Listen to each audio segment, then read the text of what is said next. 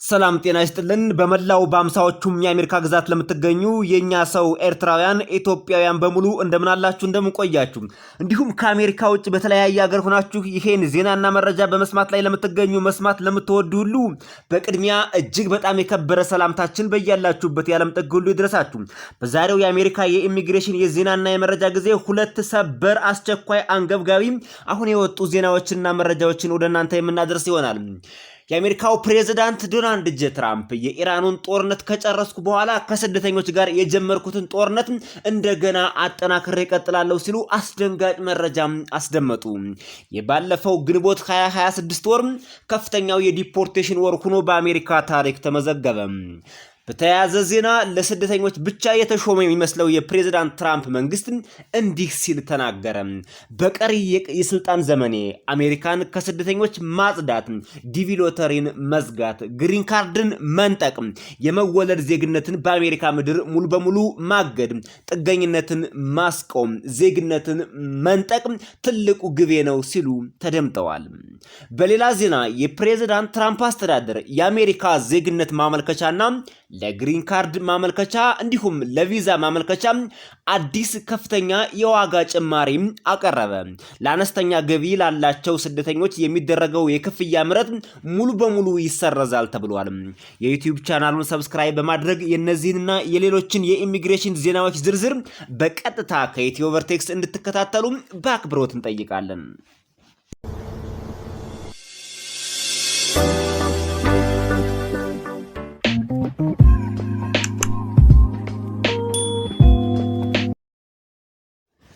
ወደ ቀዳሚው ዜናና መረጃ ስናልፍ የአሜሪካው ፕሬዝዳንት ዶናልድ ጄ ትራምፕ የኢራኑን ጦርነት ካጠናቀቁ በኋላ ከስደተኞች ጋር ጀምሬው የነበረውን ጦርነት አጠናክሬ እቀጥላለሁ ሲሉ አስደንጋጭ መረጃ አስተላልፈዋል።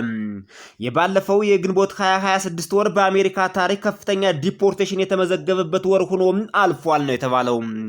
ፕሬዝዳንቱ በዚህም አላበቁም። በአሜሪካ ምድር የዲቪ ሎተሪን ሙሉ በሙሉ እዘጋለሁ፣ የግሪን ካርድ ስረዘውን፣ የዜግነት ነጠቃውን እንዲሁም ደግሞ አሜሪካን ምድር በመወለድ የሚገኘውን ዜግነት ሙሉ በሙሉ አግዳለሁ፣ ጥገኝነትን አስቆማለሁ ሲሉ ሌሎችንም እንዲሁ ተጨማሪ የኢሚግሬሽን አዳዲስ ህጎችና መርሆችን በአሜሪካ ምድር 100% እተገብራለሁ ሲሉ አስደንጋጭ መረጃዎችን አሰምተዋል። The Trump administration has unveiled a plan to make it more expensive for immigrants to become U.S. citizens. The proposed regulation would increase application fees by at least $570 and eliminate waivers and reductions for low-income applicants. Fee exemptions for service members would remain in place, and the fees to apply for citizenship on paper and online would both reach roughly $1,300. The cost of appealing a citizenship denial would cost nearly $1,500. Joining us now is CBS News immigration correspondent Camila Montoya Galvez. So why is the administration doing this? Just to level set, Lindsay, the process to apply for citizenship as a green card holder or permanent legal resident could get much more expensive. You noted that the price could increase by about $570. That is because for the paper-based application, so one you submit by mail, that fee would increase from $760 to $1,330. The online application fee would jump from $710 to $1,280. የዩናይትድ ስቴትስ የኢሚግሬሽንና ጉምሩክ አስከባሪ የስደተኞች ማባረሪያ ዲፖርቴሽን በረራዎች ፕሬዝዳንት ዶናልድ ጄ ትራምፕ በድጋሚ ወደ ስልጣን ከመጡበት ወዲህ ከፍተኛው ደረጃ ላይ መድረሱን ከመንግስትና ከነፃ የበረራ ተከታታይ ድርጅቶች የተገኙ መረጃዎች አመላከቱ። በሀገር ውስጥ ደህንነት ሚኒስቴርና በሰብአዊ መብት ተሟጋች ድርጅት የተጠናቀረው መረጃ እንደሚያሳየው አስተዳደሩ በጥር 20 ቀን 2025 ማለትም ስልጣን ከያዙበት ጊዜ ጀምሮ እስካሁኗ ደቂቃና ሰዓት ድረስ በድምሩ 1.5 ሚሊዮን የሚጠጉ ህገወጥ ናቸው ያሏቸውን ስደተኞች በመንግስት ግፊት በይፋ ከአሜሪካ ተባረዋል። በራሳቸው ፍቃድ ደግሞ ከ1 ሚሊዮን በላይ ስደተኞች አሜሪካን ለቀው ወጥተዋል። በድምሩ 3 ሚሊዮን ስደተኞች ከአሜሪካ በአንድ ዓመት ጊዜ ውስጥ ብቻ ተባረዋል። ፕሬዝዳንቱ ወደ ስልጣን ከመጡባት ጊዜና ሰዓት ጀምሮ ማለት ነው። በዋሽንግተን የሚገኘው ሂዩማን ራይትስ ፈርስት የተባለው የሰብአዊ መብት ተሟጋች ድርጅት መረጃ እንደሚያሳየው ከሆነ አይሲኢ በግንቦት 2026 ብቻ ወይም ሜይ 2026 ከ300 በላይ የሚጠጉ ዓለም አቀፍ የዲፖርቴሽን በረራዎችን አድርጓል። 300 የሚጠጉ ዓለም አቀፍ በረራዎች በውስጡም እንግዲህ በከፍተኛ ቁጥር የሚገመት በአሜሪካ በዋሽንግተን የሚገኘው ሁማን ራይትስ ፈርስት የተባለው የሰብአዊ መብት ተሟጋች ድርጅት መረጃ እንደሚያሳየው ከሆነ አይሲኢ በሜይ 2026 ብቻ ከ300 በላይ የሚጠጉ ዓለም አቀፍ የዲፖርቴሽን በረራዎችን አድርጓል። ከ300 በላይ የሚሆኑ ዓለም አቀፍ የዲፖርቴሽን በረራዎች እያንዳንዱ ከ100 በላይ የሚጠጉ ስደተኞችን ቢይዝ 300ውን በመቶ ስታባዙት በአማካኝ ከ30 ሺህ በላይ የሚጠጉ ሰዎች ከአሜሪካ ምድር ተባረዋል ማለት ነው። በአንድ ወር ጊዜ ውስጥ ብቻ ነው። ይህ በባይደን አስተዳደር የመጨረሻ ዓመት ከነበረው ወራዊ የበረራ አማካኝ በወር ከ100 እስከ 200 ጋር ሲነጻጸር በብዙ እጥፍ የጨመረ ነው ብለዋል ድርጅቱ።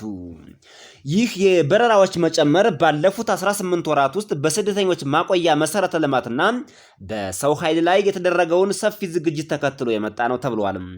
ከዓለም አቀፍ በረራዎች በተጨማሪ አይሲኢ የሀገር ውስጥ ስራዎችንም በከፍተኛ ሁኔታ አስፋፍቶና አጠናክሮ ቀጥሏል ተብሏል።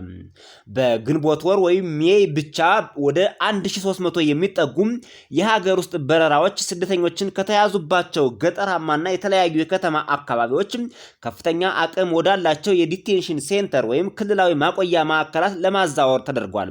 ከላይ የጠቀስንላችሁ ቁጥር ከአሜሪካ ሙሉ በሙሉ ለማባረር ዓለም አቀፍ በረራዎች ናቸው 300 ያልናቸው በግንቦት ወር ብቻ የተካሄዱት።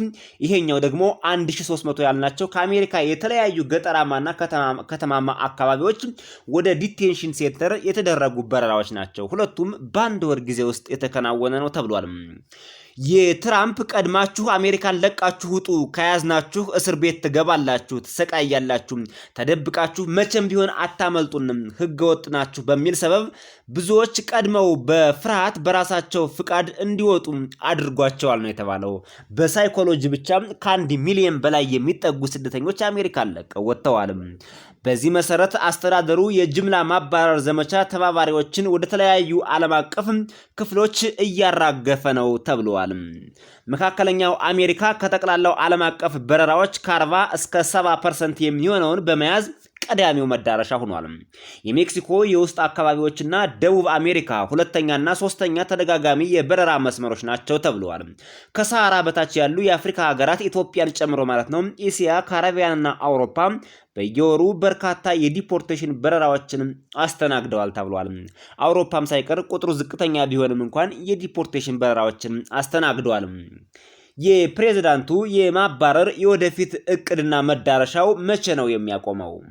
የፕሬዝዳንት ትራምፕ አስተዳደር ስደተኞችን እንደፈለገ ለማሰርና ለማባረር እንዲያመቸው ለዚሁ ስራ ብቻ የ72 ቢሊዮን የአሜሪካ ዶላር በጀት በኮንግረስ እንዲጸድቅ እየሰራ ይገኛል።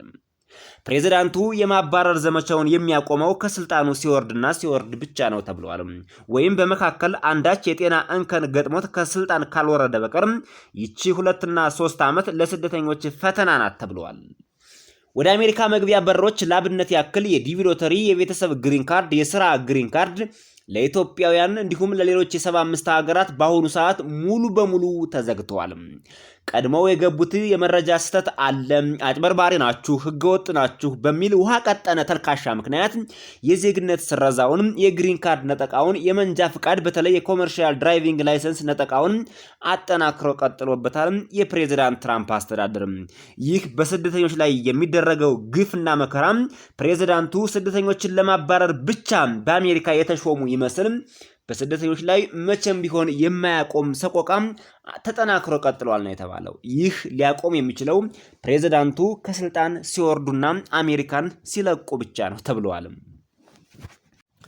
በሌላ የአሜሪካ የኢሚግሬሽን ዜናና መረጃ የፕሬዝዳንት ትራምፕ አስተዳደር ለአሜሪካ ለዜግነት ማመልከቻ ክፍያ፣ ለግሪን ካርድ ክፍያ፣ ለቪዛ ክፍያ ከፍተኛ ጭማሪ የያዘ አዲስ ፓኬጅ አስተዋውቋል።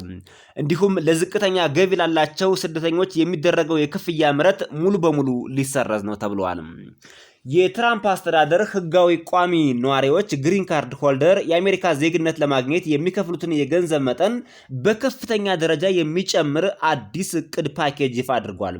በዚህ አዲስ ህግ መሰረት የአሜሪካ ዜግነትና የስደተኞች አገልግሎት USCIS የዜግነት ማመልከቻ ክፍያን $1330 የአሜሪካ ዶላር እንዲሆን ወስነዋል። ሁኔታው በኮንግረስ መጽደቅ ይጠበቅበታል፣ ያጸድቁታል ተብሎ ይጠበቃል። እስከዛው ድረስ ግን የ60 ቀናት የህዝብ ድምጽ ማሰባሰቢያ ጊዜም ይፋ አድርጓል። ዝቅተኛ ገቢ ላላቸው ስደተኞች ለረጅም ጊዜ ሲተገበር የነበረውን የክፍያ ቅናሽና ምህረት ፊ ዌቨር ሙሉ በሙሉ ለመሰረዝ አቅዷል። የግሪን ካርድ እና የቪዛ ክፍያዎችም በከፍተኛ ሁኔታ ጨምረዋል። የቀረበው የዋጋ ጭማሪ ዝርዝር ከሀገር ውስጥ ደህንነት መስሪያ ቤት ዲፓርትመንት ኦፍ ሆምላንድ ሴኩሪቲ የወጣው ይህ የረቂቅ ህግ ሐሳብ የዜግነት ማመልከቻ ፎርም N-400 እና የዜግነት ይግባኝ ወይም አፒል ማቅረቢያና መጠየቂያ ፎርም N-336 ላይ ያተኮረ ነው ተብሏል። አዲሱ የዋጋ ተመን አመልካቾች በሚያመለክቱበት ፎርም ላይ ተመስርቶ የሚከተሉት የክፍያ ጭማሪዎችም ተመዝግበዋል። ፎርም N-400 የዜግነት ማመልከቻ በወረቀት የሚሞላ ከሆነ የአሁኑ ክፍያ 760 የነበረው ወደ 1330 የአሜሪካ ዶላር ከፍ ይላል። የ570 የአሜሪካ ዶላር ጭማሪ ወይም የ75% ጭማሪ አሳይቷል ተብሏል። ፎርም N-400 የዜግነት ማመልከቻ በኢንተርኔት ወይም በኦንላይን ከሆነ የአሁኑ ክፍያ 710 የነበረው ወደ 1280 የአሜሪካ ዶላር ከፍ እንዲል ተደርጓል። አሁንም በተመሳሳይ 570 የአሜሪካ ዶላር ጭማሪ ወይም በፐርሰንት የ80% ጭማሪ አሳይቷል። ፎርም N-336 የይግባኝ ጥያቄ ወረቀት ወይም ደግሞ የአፒል በወረቀት ማቅረቢያ የአሁኑ ክፍያ 830 የነበረው ወደ 1475 የአሜሪካ ዶላር ከፍ ይላል ተብሏል። ፎርም N-336 የይግባኝ ጥያቄ ደግሞ በኢንተርኔት ሲሆን 780 የአሜሪካ ዶላር የነበረው ወደ 1425 ከፍ ይላል ነው የተባለው። የ645 ጭማሪ ተደርጎበታል ማለት ነው። ለዝቅተኛ ገቢ ተጠቃሚዎች የሚደረገው ክፍያ መቅረት ከመደበኛው የክፍያ ጭማሪ ባሻገር ይህ እቅድ አነስተኛ ገቢ ያላቸውን አመልካቾች የሚያስተናግድበትን ወይም የሚስተናገዱበትን መንገድ ሙሉ በሙሉ ይቀይረዋል ተብሏል። በአሁኑ ወቅት የቤተሰብ ገቢያቸው ከተወሰነ መጠን በታች የሆኑ ስደተኞች የተቀነሰ ክፍያ 380 የአሜሪካ ዶላር የመክፈል ወይም በነፃ የማመልከት መብት ነበራቸው። ይህ ግን ሙሉ በሙሉ ሊገደብ ነው የተባለው።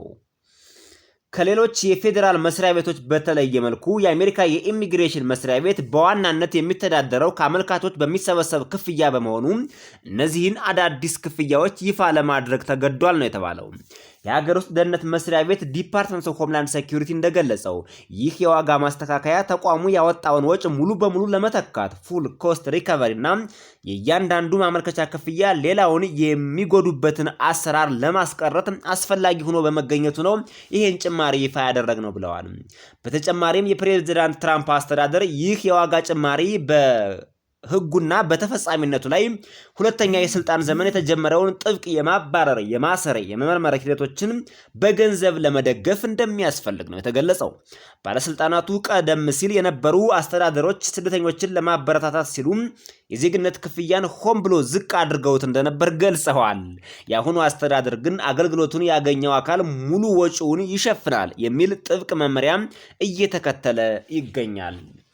የተከበራችሁ የቻናላችን አድማጭ ተመልካቾቻችን ለዛሬ ከአሜሪካ ኢሚግሬሽን ጋር ተያይዞ ያቀረብንላችሁ ዜናዎችና መረጃዎች በዚህ ተጠናቀዋል። በሌሎች ተመሳሳይ የአሜሪካ የኢሚግሬሽን የኑሮና የፖለቲካ ዜናዎችና መረጃዎች እስክንመለስ ድረስ በያላችሁበት የዓለም ጥግ ሁሉ ሰላም፣ ጤና፣ እድገት፣ ብልጽግና ለእናንተ እንመኛለን።